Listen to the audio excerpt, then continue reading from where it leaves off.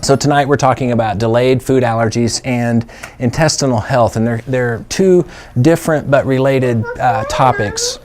What are food allergies, common symptoms, diseases that are caused by food allergies, the connection with the gut, and this is where it gets into more intestinal health in general, and testing and treatment. Food intolerances or allergies can lead to a lot of symptoms and diseases, and surprisingly, a lot of foods that are generally thought of as healthy are foods that we're actually having a negative reaction to. And these are often foods that we're eating a lot of. We frequently test people and find when we get the results, they say, these are things I eat every day, all the time, and even things that they crave. The obvious reaction, getting stung by a bee, noticing swelling. By the same token, if someone has an IgE, immediate food allergy, they eat a strawberry, their throat swells shut in 30 minutes, they figure that out pretty quick. There's a lot of feedback. So we test for that occasionally, but not very often, because usually that's not a question. It's this other reaction that's the problem. So that's mostly what we're talking about. There are 3 other immune reactions in the body. We call them type 2, 3, and 4. They're slightly different, but they take longer to get going. They take 8 to 12, maybe even as long as 72 hours to really get cooking. And the main antibody is IgG as opposed to IgE, or IgA, which lines the bronchiole and the gut.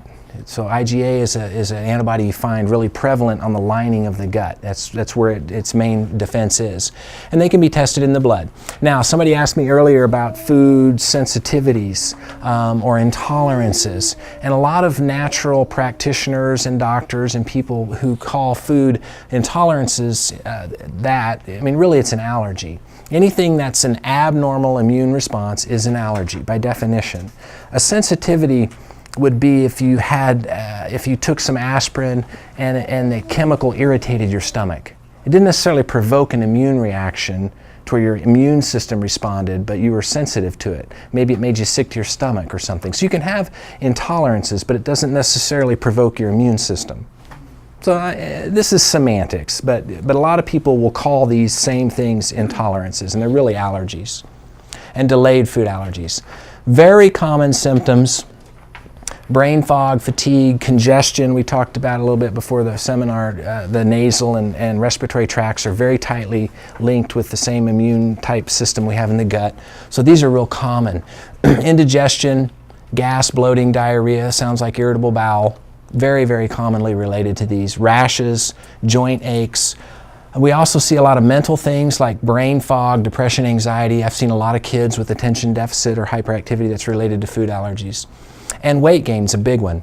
I saw a patient last week up at my office in Colburn who I tested for food allergies because of her autoimmune low thyroid. That's why we tested. And I saw her back in a routine follow-up. She was doing great, feeling great. In 6 months, she lost 40 pounds just by eliminating foods she was allergic to. And we hear this all the time. 10, 15 pounds is common. I saw a gal today lost 17 pounds in 6 weeks. She didn't restrict calories, she just eliminated foods she was allergic to and got that inflammation out of her body.